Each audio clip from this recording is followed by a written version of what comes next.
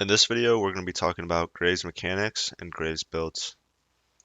The first Graze mechanic that not a lot of people know about is how auto attacks, ranged auto attacks are generally projectiles, right? That includes Graves. My pellets don't hit instantly. Even though they move really fast, they don't hit instantly. And we're going to be abusing that to proc sudden impacts at the same time I E, or at the same time my first auto attack goes off. So here's what like a slower player would do, like someone who doesn't know this, right? They could auto, E, auto, auto. You'll notice the first auto attack, it did less damage than the next two, and that's because sudden impacts wasn't active for my first two auto attacks. And what you want to do to make it so it does proc on your first auto attacks, you just need to E right after your first auto, so you dash while your pellets are still in the air before they hit the dummy. So this is how it looks like done fast. That time it did all three auto attacks did 84 damage, and that's because my lethality was active on the first auto attack. The next combo with Graves is with, or mechanic is with QE and EQ. They kind of go together, but the conditions that need to be met for them to be done are different. So here's what a QE looks like, done wrong. If I Q and then I E, it's kind of slow, right? I Q and then E, it's pretty slow. Now this is what it looks like done fast. It happens. The Q happens while I'm Eing in the middle of my E animation, and it basically increases my DPS. And what things you can do with this mechanic is, let's say I'm with, like, find this dummy, right? I can't really Q the, well, there I can Q the wall, but let's say I'm here. I can't really Q the wall now. I wanna, here I can hit the wall with my Q, right? But I'm not hitting the first part of my Q. I wanna hit both parts of my Q. Well, there I can do it, but for the purpose of this example, right? Basically what you wanna do is you wanna Q, I wanna Q this wall right here, right? But I also want it to hit the dummy. In order for me to Q this wall and hit the dummy, I have to be here, right? So what I'm gonna do is I'm gonna auto attack, and then I'm gonna do the mechanic and aim my Q here and dash here. So you have to move your cursor around really fast like that. So that way I can hit the dummy with my Q and both hit the wall at the same time. So it's basically looks like this. That's the practical use of the mechanic. Next mechanic is EQ. So basically an EQ without doing the mechanic. Oh wait, the last mechanic I forgot to mention, it can only be done like right after your first auto attack, and there's like a certain window, you just have to get used to it. It's around like half a second after your auto attack you can do it. It's like this. It's around half a second after your first auto attack you can do the mechanic. But now to move on to EQ, this is what it looks like slow. I E and then I Q after. But with this, you have to be reloading. You have to be in your reload animation to do it like that. If I wait, now I can do it. Generally, you're gonna use it more when you're out of ammo like this. And the advantage of this over queuing is you can aim your Q wherever you want in the middle of your E, right? So if I E this way, I can Q the wall. If I this way, I can Q that wall. You can basically Q wherever you want. And that's the advantage of that over the other one. And now another mechanic, say when you're clearing, right? You can E into the wall to cancel your E animation. So basically what you want to do is like this. It cancels your E animation so you can auto attack faster. There are many places you can do it. You can do it here, like this. This is one place you can do it. There are many places. I don't think I know all of them. In the old patch, there was a wall here that you could do it on, but here, used to be able to do it here, but now you just E over the wall. You can do it here with the Gromp though. This is another place you can do it. But yeah, that's a mechanic. You can mess around and try and find all the spots. These things like this just optimize your clear, basically. And a faster clear is really important to climbing with Graves, because You need the faster you can clear, the faster you can look for plays, basically. And that's why clearing fast is important. And that's basically, oh, I forgot one. With R, I can do RE like this. Basically, if I R and then E after, if I R and press E after, this is what it looks like. If I R and press it doesn't let you E in the middle of your R animation no matter what, unless you're right after your auto attack. Yes. Oops. That's basically what it looks like. Oops. But yeah. Basically, the timing is the same as your QE, like this.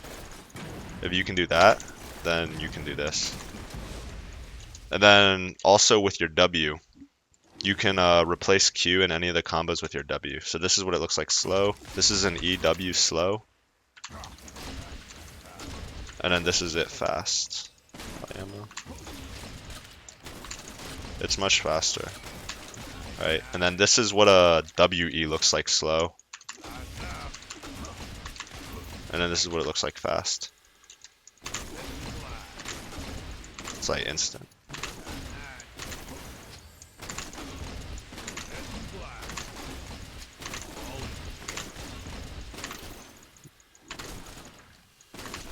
Why is my E not coding out? I forgot to mention one thing with Graves is Q and R. So basically, if I Q here, right, and then I reposition before my Q animation start, it's always going to hit here, basically. So if I Q and then I flash, it'll still hit here, no matter what. That same thing with the R, right? If I Q to dummy right here, where I'm like pink queuing right where my cursor is right in front of myself, and I flash past it like this, like, it will go backwards. That's one thing you do. It's the same thing with your R, right? If I R really far away like that, right? I put my cursor all the way over here in R, and I flash forward, it's still gonna go that direction, right? But if I do put my cursor right in front of myself, right? And then I R, put my cursor right in front of myself, and then I R and then flash behind where I'm putting my cursor, it will R the opposite direction like this. Oop, I messed up, but yeah, like that. And it's something, I mean, it's kind of niche, but sometimes you'll get value out of it. Generally, in the jungle, you almost always want to rush Yomus because the active is good for helping you chase down kills, and the damage is good too. So here's a damage test with Yomus. I did 839 damage with Yomus with auto E, auto Q, 3 autos and a Q. Now with opportunity, it's going to be in the same combo, it's going to be doing around the same amount of damage, a bit more, I believe. Yeah, basically the same. But you have to keep in mind, after the 3 seconds, I'm going to be losing that. I'm going to be losing that 5 bonus lethality. And that's why Yomus comes out on top, because in extended fights, it's always better, because it has more AD. Other possible rushes is Collector. This item is probably the worst to rush. It's the most expensive. The only time it does more damage is when I crit, and relying on a crit is not good. Like, if I crit, I'll do more damage. Well, here, I'm not getting the sudden impact was on cooldown, so I wasn't getting the best damage, but I believe. But yeah, Collector is probably not an optimal rush ever. There's no good crit item rushes. You almost always want Yomus or Opportunity. Even Cyclist Sword is not bad too. But one thing you should keep in mind with Cyclist Sword is the sudden impacts interaction with you dashing and proccing it before your auto attack lands works with this. So if I auto attack, right, I did 242 with my we'll take Cyclist Sword proc. And now with if I auto and then E immediately after before my projectile hits, it will do more damage because I'll get 9 bonus lethalities like this. It did 243 and now it did 260. I accidentally auto a second time, but yeah, you make sure you get really good at this combo with sudden impact so you get the maximum amount of damage. Now for second items, generally after Yomus, I will go either Collector or Opportunity seconds. Collector, if I can afford it. But if you can't afford it, just go opportunities and it's fine. Because if you go collector, obviously it's more expensive, right? But you can go crit item third, and then you have 40% crit, and that's very, very powerful. So I'll show you Yomu's plus collector looks like this. With one crit, I did 1607.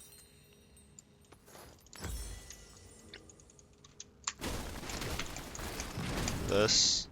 Oh, I didn't think I got sudden impact active there. Let me do it again. Yeah, there.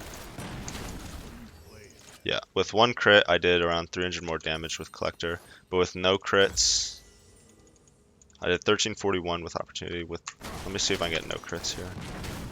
Yeah, with no crits, I basically do the same amount of damage. But obviously, opportunity plus Yomu's is cheaper.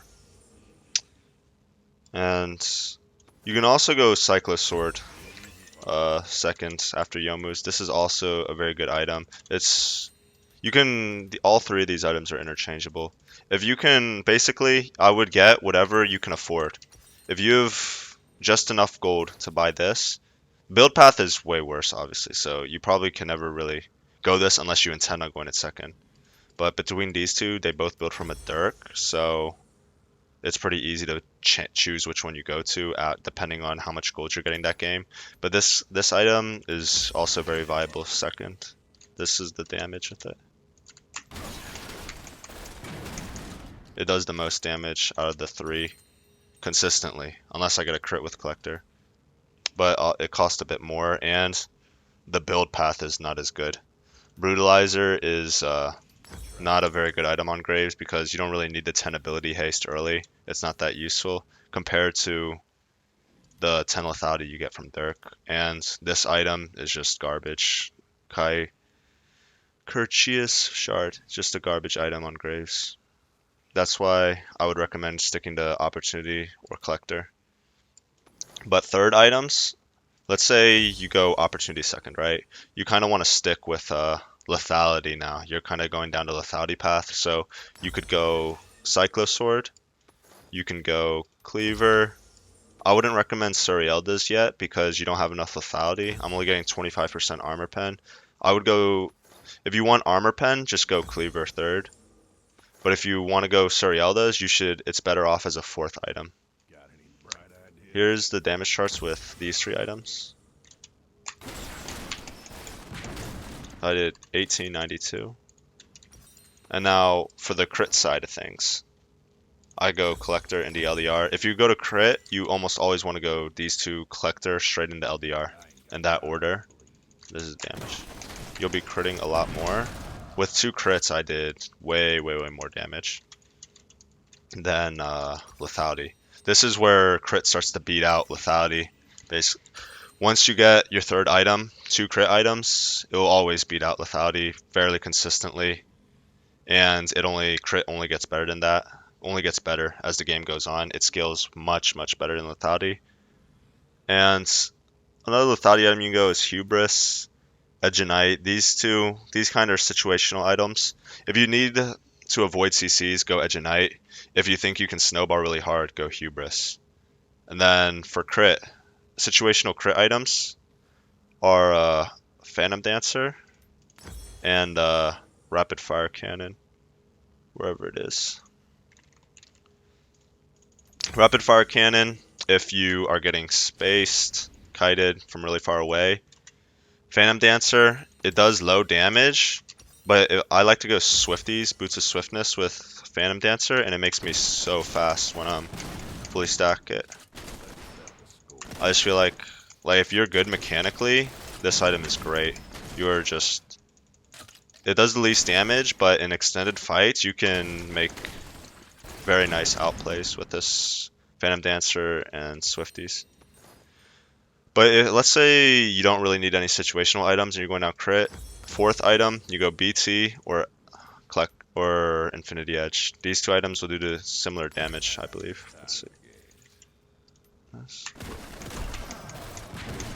I didn't count how many crits that was, but yeah, that's a huge amount of damage. And with BT. Okay, well, I did 1k less, but I also think I got, wait, no, I did like 3,400. IE does a bit more, but you do get life steal.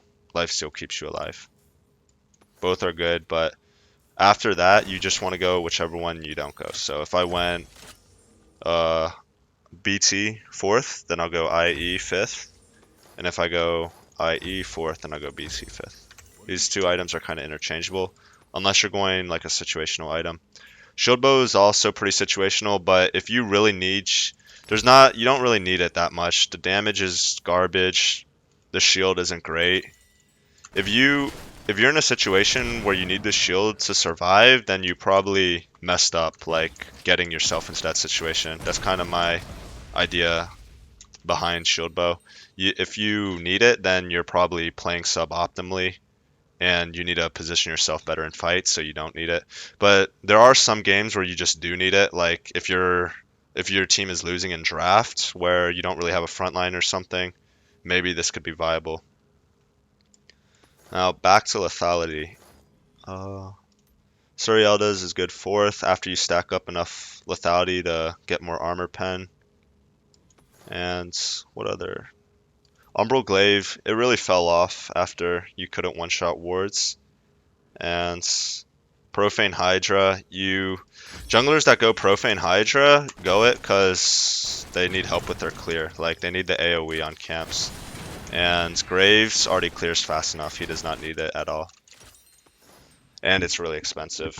You go lethality on Graves to be cheap. You want cheap items basically. And if you can afford Profane Hydra, just go crit. It's better late game. The damage is much better. So let's look at a full build lethality build and a full build crit build. So first lethality, it'll be something like this. Maybe Edge of Night over Hubris. But first let me increase this dummy's armor. So it's like late game, probably around 70 armor, a bit of HP. But yeah. Let me stack up my Voltaic Cyclo Sword. And then, well, I'm lagging. Let me stack up the Cyclo Sword and then we'll test the damage of full build lethality and full build crit. Okay,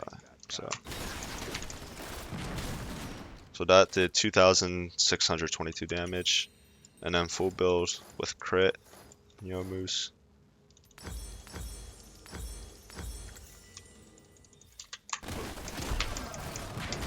Yeah, I did over 1,000 more damage, around 1,300 more damage.